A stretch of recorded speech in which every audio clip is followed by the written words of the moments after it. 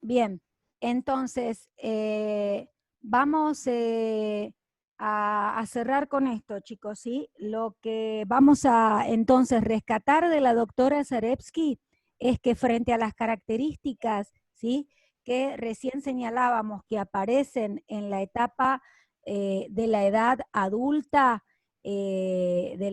adulta no, del adulto mayor o de lo que se llama tercera edad, ¿sí? Frente a esto, la doctora Zarevsky dice que lo habitual es el enfoque de riesgo. El enfoque de riesgo, ¿qué quiere decir? Ir a dar respuesta desde el sistema de salud al adulto mayor cuando éste ya tiene una patología declarada, ¿sí? Cuando ya hay una problemática de salud declarada, ¿sí? Que muchas veces lo lleva a el deterioro, ¿sí? Y que luego requiere de rehabilitación, ¿sí? Eh, en cambio, ella lo que acentúa es que es necesario pensar en un enfoque de factores protectores donde se diseñen programas en salud que posibiliten tener en cuenta la prevención y por lo tanto promover actividades, el seguimiento y la evaluación de los adultos mayores antes de que determinadas afecciones, ¿sí?, se presenten, ¿sí? Tomar medidas anticipatorias, ¿sí? Anticipándonos, eso es lo que hace la prevención, ¿sí? Por eso, por ejemplo, se arman campañas de prevención en salud o de promoción de la salud o de lo que se llama medicina preventiva, ¿sí? Eh, para tomar medidas o tomar recaudos antes de que determinadas afecciones se declaren o aparezcan, ¿sí? Para evitarlas. O que si aparecen uno pueda haber llevado a cabo un seguimiento que le posibilite encararlas a tiempo, ¿sí? Que le posibilite detectarlas tempranamente y por lo tanto las chances por ahí de recuperación, ¿sí?, o de superación son mayores, ¿sí? Y la resiliencia, ¿sí? Como les decía, por ahí se escucha mucho esta palabra de resiliencia, tiene que ver con una, en realidad, con una palabra que proviene de la física, de los metales, ¿sí? Los metales que tienen determinada resistencia, que resisten a determinadas transformaciones, ¿sí? Y bueno, es tomada esta palabra, este concepto es tomado en salud para hablar de una persona que de algún modo, a partir de experiencias difíciles, de experiencias dolorosas, puede tomar una actitud resiliente. ¿Qué quiere decir esto? Como les decía antes, que frente a una situación adversa, en lugar de caer en un pozo depresivo, ¿sí?, o de quedar paralizado frente a esta realidad eh, difícil, como puede ser una pérdida, ¿sí?, una situación vital dolorosa, esa persona puede capitalizar y puede ganar herramientas a partir de esa experiencia para salir fortalecido, ¿sí?, para salir adelante, ¿sí? Por eso a veces se habla de actitud resiliente en alguien que por ahí, no sé, sufrió una pérdida importante, ¿sí?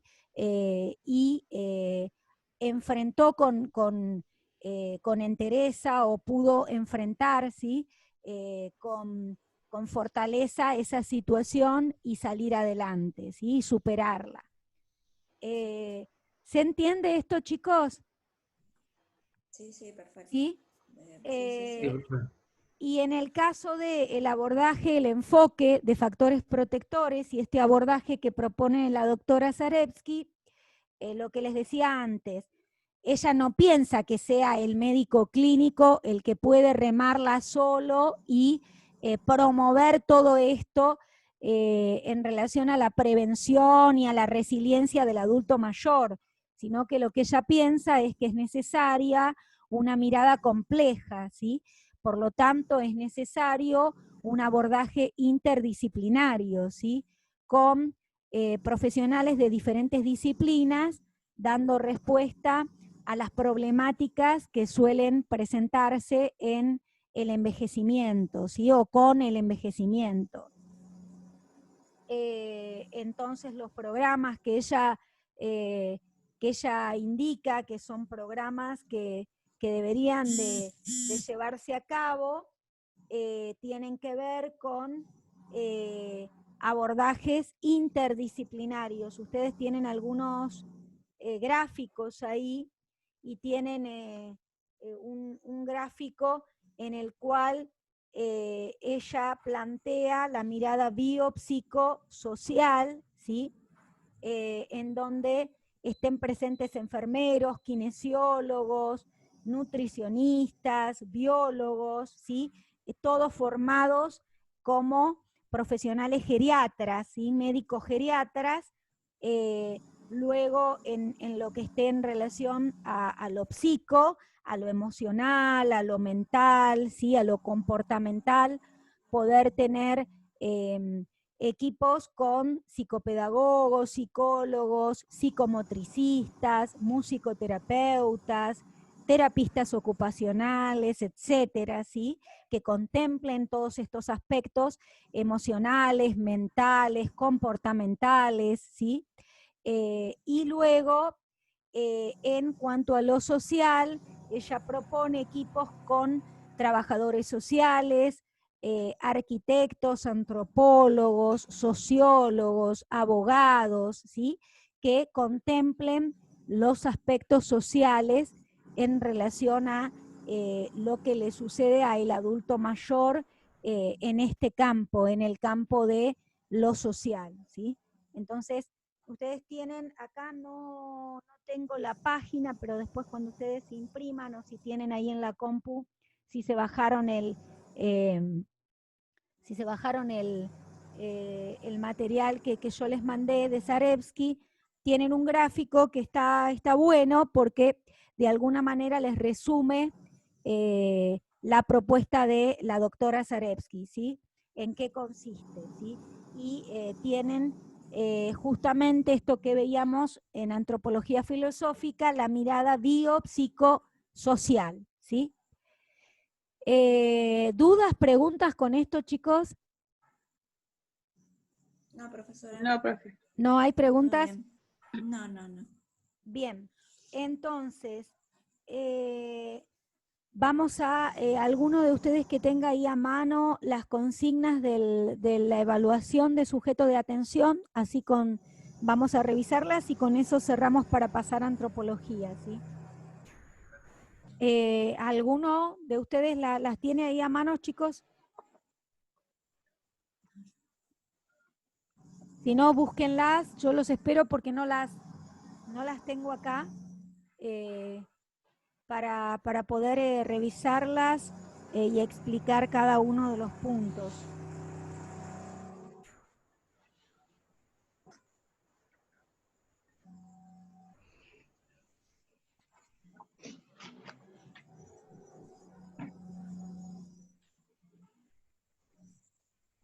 ¿Le digo la primera pregunta, profe? Sí, por favor, Juan Carlos. Dice, a partir del material de lectura trabajado, explique las características propias de la etapa de la adolescencia y señale la diferencia respecto a la pubertad, de la pubertad.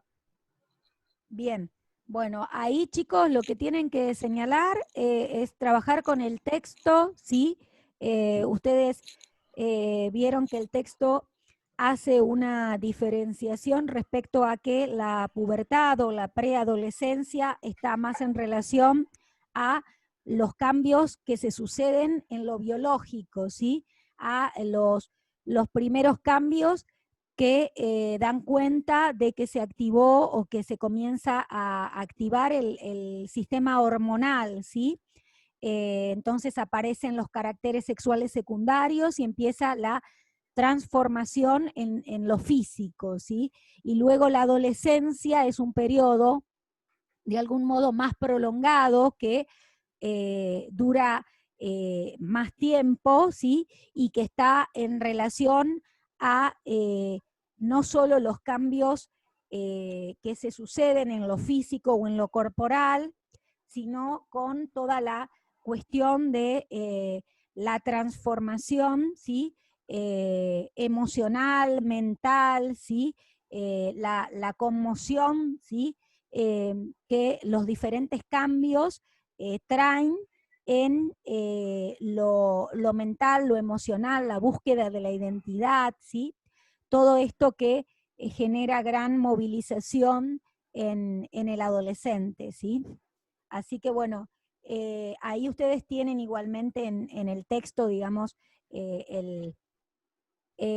marcada, ¿sí? La diferencia, ¿sí? O los puntos de diferenciación respecto de una cuestión y la otra, ¿sí? La pubertad es como el inicio con los cambios madurativos y los cambios que se producen en lo físico, ¿sí? ¿Estamos con esto, chicos? ¿Se entiende? Sí, sí, sí. ¿Sí? Bien. Vamos a la segunda pregunta. Si hay alguna cosa que explico de una consigna y alguno no la entendió, me vuelven a preguntar, ¿sí? Pasamos entonces, si no hay dudas, a la segunda, Juan Carlos. Se desarrolle por qué se señala la importancia de hablar de adolescencia y juventud. De adolescencias y juventudes, dice, ¿o no? Y ¿Sí? juventudes, sí, sí. ¿Sí? Bueno, ahí fíjense que el texto le señala de poder hablar en plural.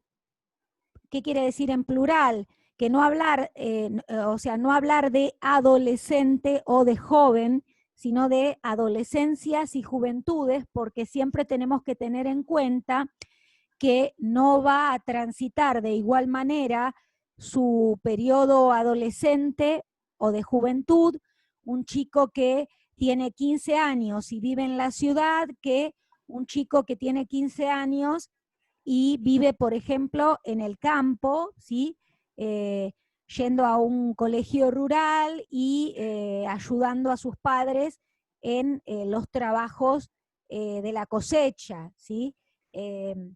Más allá de que la franja etaria que estén transitando, ¿sí? Es la misma, el contexto, ¿sí? Y los estímulos en cuanto a lo social, lo cultural, ¿sí? Em, va a, va a tener un efecto que va a incidir en cómo ese joven o ese adolescente transite ese periodo vital, ¿sí? Entonces es importante contemplar las diferencias, ¿sí? O tener presente que, como les decía antes, de algún modo para orientarnos tenemos una referencia cronológica o utilizamos una referencia cronológica, ¿sí? Pero que hay que siempre eh, estar advertidos de que todo depende del contexto o mucho depende del contexto, ¿sí?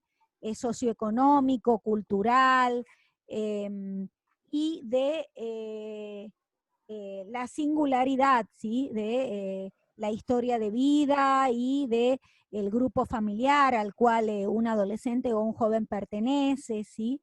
Así que bueno, a eso apunta la pregunta, que ustedes puedan ubicar esto, ¿sí? ¿Se entendió, chicos? Sí, profe. ¿Sí? Bien. La siguiente, entonces. De acuerdo a Verasturi, indique cuáles son las pérdidas que debe elaborar el adolescente.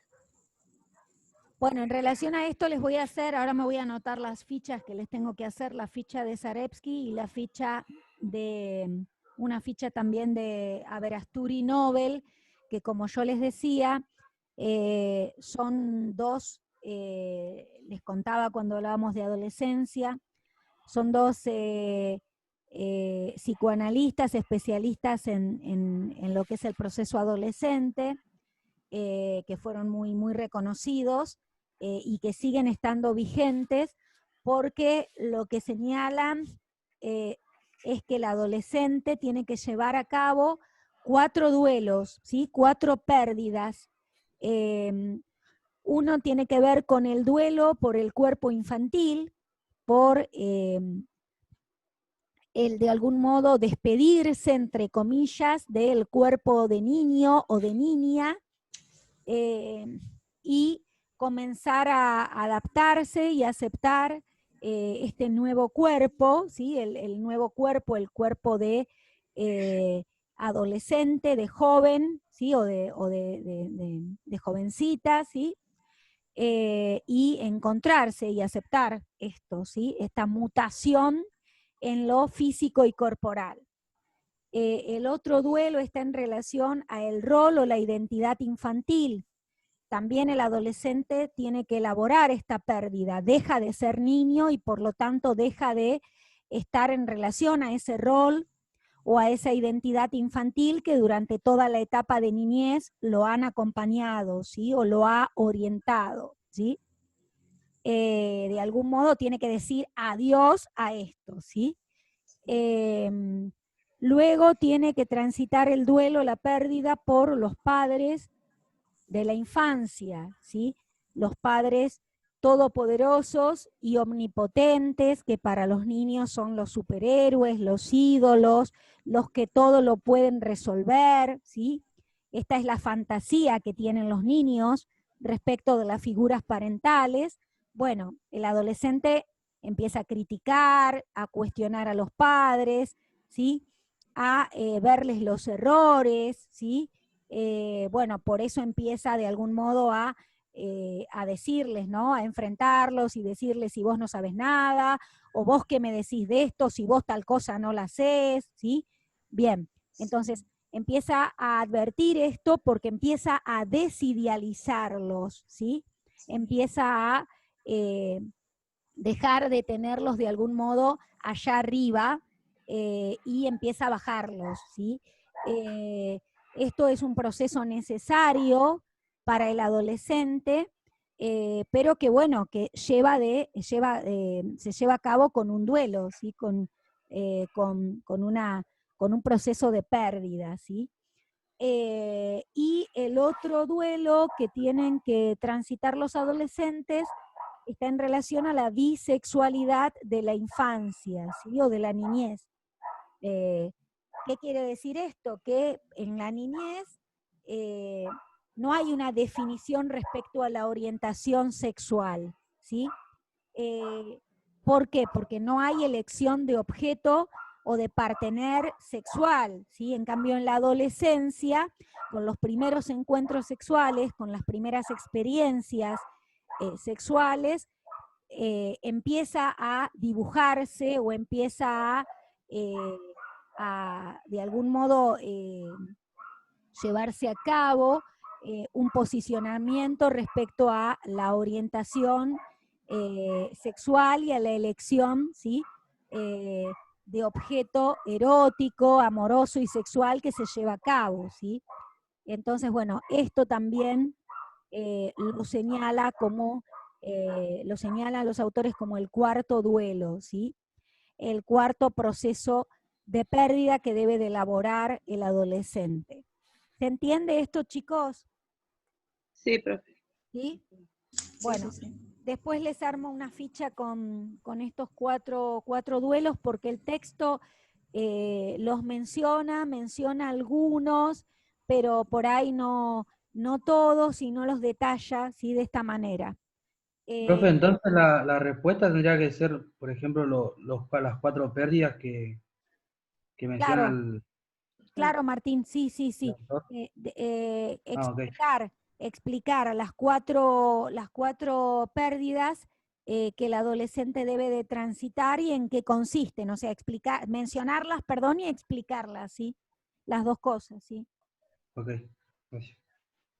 Eh, ¿Alguna otra pregunta, duda con esta pregunta, chicos? No, ¿No? profesora. No, me No, voy a no. anotar el tema de las fichas, ¿sí? Les voy a las fichas de Zarevsky y de Aberasturi. Después se las armo y se las paso, ¿sí? Así lo tienen para para poder trabajar mejor. La siguiente pregunta. Explique la relevancia que tiene el grupo de pertenencia en la adolescencia. Bien, esto está en relación a lo que venimos hablando o hablamos durante todo el periodo adolescente, ¿sí? Recuerden que la adolescencia es un periodo en el cual justamente por esta cuestión de desidealización con respecto a las figuras parentales, con respecto a los padres, el adolescente se refugia en su grupo de pares, ¿sí? Por lo tanto, el grupo de pares, el grupo de amigos es fundamental para el adolescente, ¿sí? Ya que el adolescente siente que los padres no lo entienden, ¿sí? Que los padres solo lo critican, ¿sí? O solo lo retan porque no tiene ganas de estudiar, ¿sí? O porque no se pone las pilas con las materias que tiene que rendir, ¿sí? Entonces, bueno, en los pares el adolescente siente que puede encontrar refugio, ¿sí? Siente que hay un código compartido, ¿sí? Que hablan su mismo idioma, que están transitando, pasando por lo mismo y por lo tanto son quienes lo pueden comprender, ¿sí? Entonces, en este sentido se vuelven fundamentales, ¿sí? Los grupos de pares y de amigos en la adolescencia, ¿sí? Es muy preocupante un adolescente que no tiene amigos, ¿sí? En cuanto digo preocupante o llamativo, por lo menos nos debería de hacer ruido, ¿sí? Un adolescente que esté aislado, ¿sí? O que no tenga grupo de pertenencia, ¿sí? Eh, como para tomar en cuenta, ¿sí? Por su salud mental y por, bueno, qué le puede estar sucediendo para que se aísle, ¿sí? Lo propio de este periodo es el tener un grupo de pares y un grupo de referencia en los amigos, ¿sí? Bien, a eso apunta la pregunta, ¿sí? La siguiente, chicos. Desarrolle las características de la juventud y adultez joven. Claro, bueno, esto es lo que me preguntaba Matías al inicio de la clase, ¿sí? Ustedes tienen el artículo ese que hablamos la clase pasada sobre la juventud o adultez joven, que va más o menos desde los 18, 19 a los 20, 21 años, ¿sí? Sí. Y que es como un periodo de transición, si se quiere, ¿sí? Entre la finalización del colegio secundario y por lo tanto de lo que se concibe como periodo adolescente y el ingreso a una vida adulta, ¿sí? O a la asunción de aquellas responsabilidades que van de la mano de la inserción laboral y de compromisos que tienen que ver con el mundo adulto, ¿sí? Ya la elección de una carrera, ¿sí? De estudios superiores, ¿sí?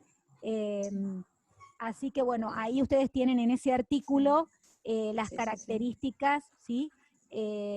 Propias de esta etapa o de este periodo de transición, ¿sí? Sería intermedio. ¿Estamos con eso, chicos? Sí, sí, sí. Chicos, si hay dudas, aunque lo explique, si hay dudas me preguntan, ¿sí? Si hay algo que le estoy diciendo y por ahí lo estoy dando por sentado y no se entiende, me preguntan, ¿sí? La otra pregunta. En la etapa vital adulta, explique qué sucede con la maternidad y o paternidad y a qué se denomina crisis parental. Bueno, acá tienen lo que hablábamos sobre, bueno, crisis propias de las etapas vitales. ¿Qué quiere decir esto?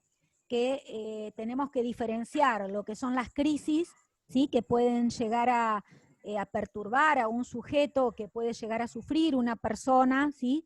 Por un accidente, por una pérdida, por la pérdida de algún ser querido muy cercano, ¿sí?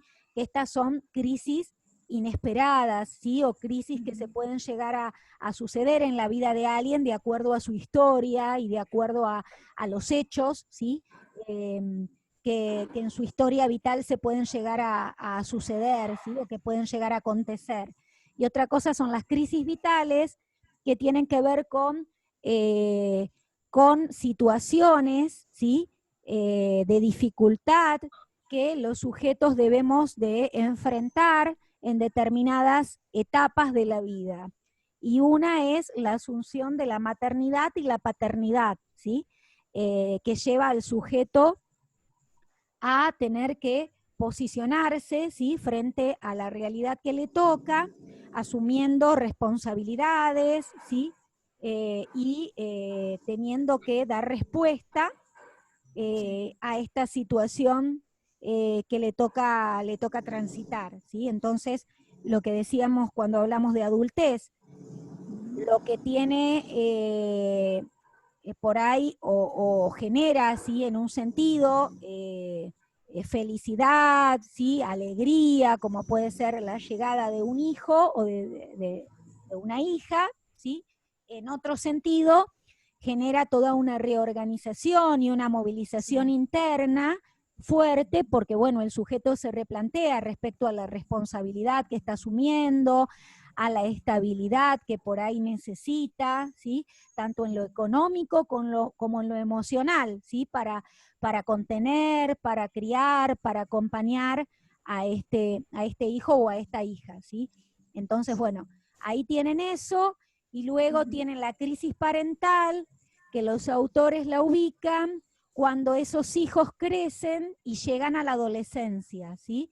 Que entonces no es solamente el adolescente el que tiene que lidiar con un montón de cuestiones que implican pérdida, que implican duelo, sino también el adulto. El adulto, el padre o la madre, se ve de algún modo cuestionado, interpelado, y tiene que lidiar y transitar, ¿sí? Con todo esto, ¿sí? Con el proceso adolescente de su hijo, ¿sí? Con cómo esto le afecta a él también, ¿sí? Repercute en él también, ¿sí? Entonces, bueno, acá tienen la crisis parental, ¿sí? La otra pregunta, chicos. De acuerdo a la doctora Zalewski, indique las características del llamado enfoque de riesgo en la vejez y ubique las críticas que realiza a dicho modelo. Bueno, esto después les armo la fichita, como les dije, para que tengan los dos modelos diferenciados, pero está en relación a lo que les venía diciendo recién, ¿sí? Cuando hablamos de vejez. El enfoque de riesgo es el centrado en la patología, ¿sí? El que en la patología, el deterioro y la rehabilitación, el que da respuesta cuando ya la problemática en salud del adulto mayor está instalada o cuando ya presenta o genera sintomatología. En cambio, el enfoque de factores protectores hace hincapié en la necesidad de una medicina preventiva y de programas que tengan en cuenta la prevención, ¿sí? El poder contemplar o el poder tomar medidas antes que determinadas enfermedades o determinadas patologías aparezcan, ¿sí? O detectarlas tempranamente para que no se agraven, ¿sí? Y por lo tanto, apelar a la resiliencia, ¿sí? Como decíamos antes, a que el adulto mayor ante situaciones críticas pueda salir fortalecido, pueda capitalizar estas situaciones y ganar herramientas para enfrentar, ¿sí? Esas situaciones vitales de dificultad sin caer en un pozo depresivo, ¿sí? O en alguna situación de desorganización mental y emocional que lo puede llegar a llevar a la perturbación, ¿sí?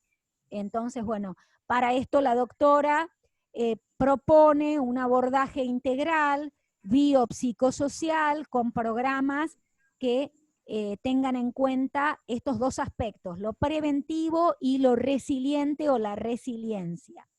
¿Estamos? Después les armo la fichita para que ustedes lo puedan tener, ¿sí? ¿Se entiende esto, chicos? Sí, profe. Sí. La Sí, otra sí, sí. pregunta,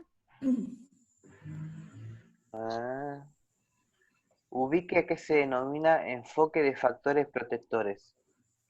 bueno, lo que dije recién, ¿sí? Sí. Sí, Me sí, sí. adelanté entonces a la respuesta y lo que dije recién tiene que ver con los enfoques protectores, el enfoque, perdón, de factores protectores, ¿sí? El contemplar la importancia de lo preventivo y la resiliencia, ¿sí? Con un abordaje interdisciplinario, ¿sí? O sea, biopsicosocial. Usen el gráfico, chicos, que les va a servir, que tienen, como les decía, en la ficha de lectura de la doctora Zarevsky, ¿sí? ¿Qué va Eh, acompañada, profe, entonces de la 7? ¿Cómo?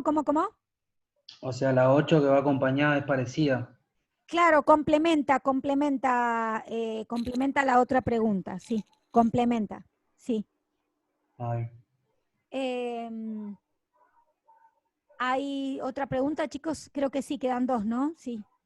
La última. La última, sí. Ubique la relación entre condiciones sociohistóricas y producción subjetiva en cada una de las etapas vitales estudiadas: adolescencia, adultez y vejez. Bueno, la producción subjetiva, chicos, tiene que ver con cómo se configura un sujeto, ¿sí? Con cómo se arma, ¿sí? Un sujeto. Y lo que nosotros vemos en todos los textos es que no podemos dejar de lado o no podemos suponer que más allá de las etapas vitales que tienen sus características, ¿sí? O que tienen determinadas particularidades, no podemos suponer que un sujeto se desarrolla eh, exento de un contexto, o sea, se desarrolla como quien sale de un repollo, ¿sí? Sin tener nada que ver con el contexto, con los estímulos, con la realidad en la que está inserto, ¿sí? Entonces, a lo que apunta esta pregunta es que ustedes puedan tener en cuenta que en todas las etapas vitales tenemos que contemplar las variables históricas, sociales, políticas, económicas, ¿sí? Que inciden en cómo un sujeto transita esa etapa vital, ¿sí? Por eso decíamos que nos sucede tanto en los niños como en los adultos mayores. Por ejemplo, lo que hablábamos en una de las clases en relación a cómo incide la tecnología, ¿sí? Hoy vemos que un bebé de 1 o 2 años se entretiene con el celular, ¿sí? Esto hace 50, 60, 70 años atrás era impensado, ¿sí? Entonces, evidentemente, los estímulos, el contexto, los momentos sociohistóricos van a modificar la configuración de los sujetos, ¿sí? Y van a estimular o no determinadas cuestiones, ¿sí? Entonces, la pregunta va en ese sentido, es para que ustedes la armen y con una elaboración, si se quiere, personal, ¿sí? Ustedes puedan armar y puedan mostrar cómo lo sociohistórico, lo cultural repercute en la configuración o en la construcción de un sujeto, ¿sí? Más allá de las etapas vitales, ¿sí? ¿Se entiende esto, chicos? Sí, perfecto. ¿Sí? Sí, Bien. perfecto. Así que bueno, con esa terminamos, ¿no? Con esa pregunta. Sí, profe. Bien. Bueno, igual aunque expliqué cada una de las preguntas, si llegase a haber dudas, cuando están haciendo el trabajo, me escriben por mail y me preguntan, ¿sí? Algo importante, chicos, que lo estoy diciendo en todos los cursos, la fecha de entrega es el viernes 26 de junio, ¿sí? Ahora, por favor, cuando me entregan por mail, como fue la semana pasada, iba a decir, como fue la evaluación pasada, esperen a que yo les dé el ok de recibido, ¿sí? Esperen a que yo les dé el ok de recibido, porque si no hubo muchos problemas con algunos trabajos, ¿sí? Que por alguna situación no llegaron, ¿sí? Y que Sí. supuestamente estaban enviados o habían sido enviados, ¿sí? Así que Sí, sí. no se queden tranquilos hasta que yo no les doy el ok de que el trabajo fue recibido, ¿sí? Ah, perfecto. Bien, entonces con esto cerramos con sujeto de atención, ¿sí? Sí. Vamos entonces a pasar a antropología filosófica. Llegaron los dos artículos, el de Maglio y el de Quevedo, chicos. Sí, sí, profesora. Sí, llegó todo. ¿Los pudieron leer? El de Maglio sí, el de Quevedo todavía no, profesora. Está. Bueno, les cuento cuál es la idea de los artículos. Sí. Tanto el doctor Maglio como el doctor Quevedo adhieren a el modelo biopsicosocial. ¿Qué quiere decir esto? Que los vemos, los leemos, porque de alguna forma sus artículos, sus textos nos permiten ver cómo se posiciona frente al paciente alguien que adhiere al modelo biopsicosocial, ¿sí? Cómo piensa la relación profesional de la salud paciente alguien que cree que la mirada tiene que ser una mirada biopsicosocial, ¿sí? Entonces, en ese sentido, en el doctor Maglio, ustedes van a encontrar que el doctor Maglio señala la importancia de generar con el paciente un encuentro, de promover la empatía. Esto quiere decir de ponerse en el lugar del paciente, ¿sí? De poder identificar lo que el paciente siente, ¿sí? Y poder acompañarlo, ¿sí? Poder contenerlo. Él señala la necesidad de una mirada humana, ¿sí? O de rescatar aquello del orden de lo humano que está en relación a la actividad en salud y a la actividad con pacientes, ¿sí? Entonces, él dice que, bueno, que uno por ahí le está dando un diagnóstico preciso a un paciente, cuando, por ejemplo, tenemos a un joven con acné, uno le dice, bueno, tu diagnóstico es acné o tenés acné, pero por ahí uno como profesional de la salud debe de tomar en cuenta qué es lo que siente este joven cuando uno le da esta comunicación o le transmite esto, ¿sí? Entonces él dice, bueno, siente vergüenza. El paciente o el joven o el adolescente, si yo le comunico esto de esta manera, siente vergüenza o se siente avergonzado. Entonces, bueno, la importancia que él